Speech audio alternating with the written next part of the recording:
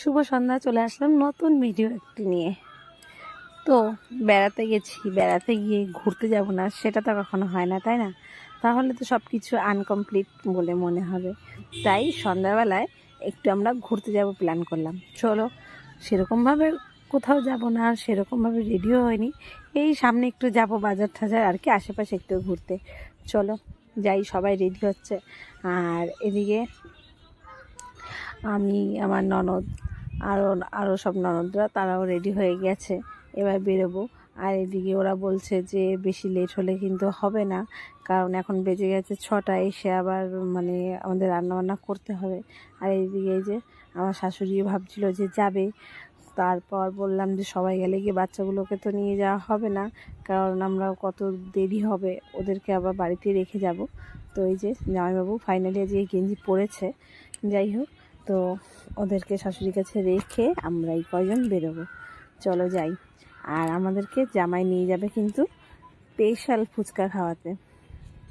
তো আর এই টোটোটা হলো আমাদের বাড়ির মানে আমার ছোটো ননদের বরের। তো সেই টোটোটা করে চলে এসেছিলাম আমরা, এত লোক ধরছিল না, তবুও কিন্তু একদম চেপে চেপে বসে বসে এই টোটোতে করে চলে এসেছি। কারণ যদি আলাদা আলাদা যদি যাই তাহলে তো মজাটাই হবে না, একসাথে কষ্ট হলেও মজাটা হবে। তো ভাবলাম তাহলে 108টা মন্দিরের সামনে দিয়ে যখন যাচ্ছি, তো দেখলাম 108টা মন্দিরে ঢুকবো, তারপর দেখলাম যে মন্দিরটা বন্ধ হয়ে গেছে। আমাদের প্রায় আস্তে আস্তে এখানে 7টা বেজে গেছিলো, তার জন্য মন্দিরটা বন্ধ হয়ে গেছে। তাই আর মন্দিরে না ঢুকে আমি বললাম তাহলে চল রাজবাড়ি থেকে আমরা একটু ঘুরে আসি। তো এই যে সেই মতো আমরা রাজবাড়িতে ঢুকে পড়লাম। আগে তো রাজবাড়িতে একদম ভিডিও টিডিও করতে দিত না, ফটো তুলতে দিত না। এখন তো আমি দেখছি কাউকেই সেরকম দেখা যাচ্ছে না, কেউ বারণ করছে না। যাই হোক, সবাই মতো ভিডিও করছে, ফটো তুলছে। তাই আমিও ভাবলাম তোমাদেরকে দেখাবো, তাই আমিও একটু ভিডিও করছিলাম। তো এই যে দেখো আমরা চলে এসেছি। আর এখানে এই যে এক একজন এক একভাবে দাঁড়িয়ে আছে, ঘুরছে, দেখছে, কেউ ফটো তুলছে, এইসবই করছে। কারণ আমরা এক জায়গায় আসলে তো এগুলোই হয় বেশি। তো আমার ননদ বলছে তাড়াতাড়ি চল, এখানে বেশি লেট করিস না, এখন আমাদের অনেক জায়গায় যেতে হবে। আর আমার জামাই তো আমাদের সাথে এসে পাগলই হয়ে গেছে।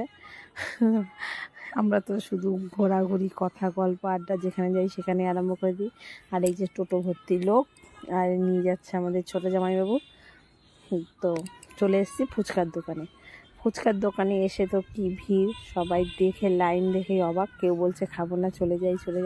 আমি বললাম এসছি যখন তাহলে খেয়ে যাবো। আর এই যে ছেলেগুলো, বাপরে বাপ, কোথা থেকে এসছে কে জানি, এত ফুচকা খায়, পাতা তো মোটেই ছাড়ে না।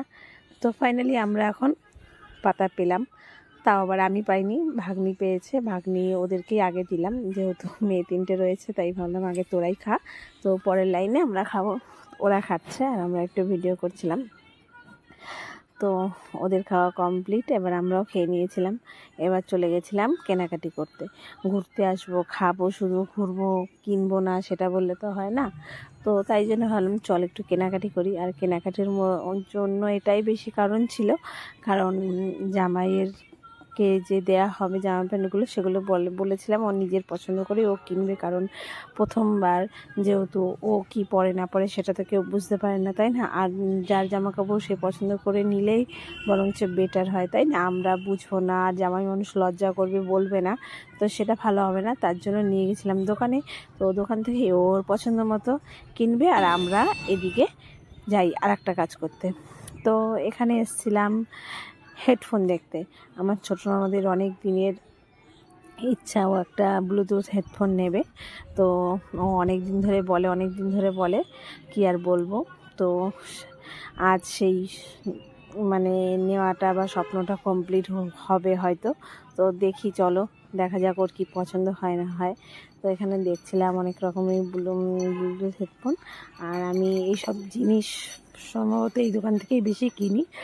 তো এখানে মানে আমাদের ওদিকটার থেকে দামটা অনেকটা কম, আর ভালোও পাওয়া যায়, আর পছন্দ হয় আমার।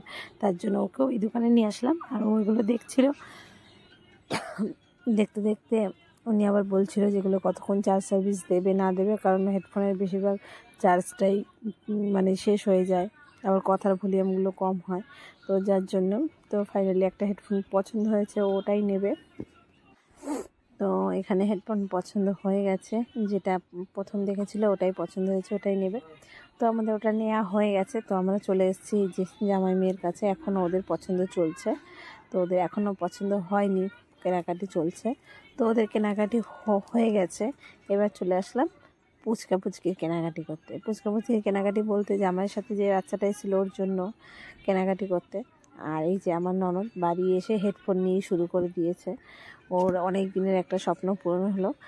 তো ও অনেক খুশি, অনেক হ্যাপি আজকে এটা কিনে।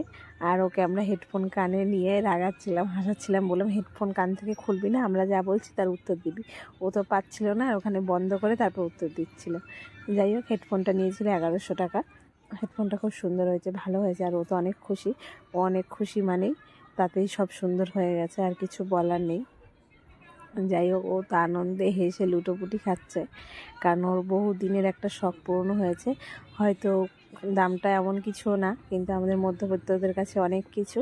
সব শখ তো আর একবারে ভাবি হয়তো এটা এত টাকা দিয়ে কিনবো, এটা হয়তো অন্য কাজে লাগাবো, এইভাবে আর সংসারের মধ্যে যারা থাকে তাদের কেনা হয় না, শখটা পূরণ করা হয় না।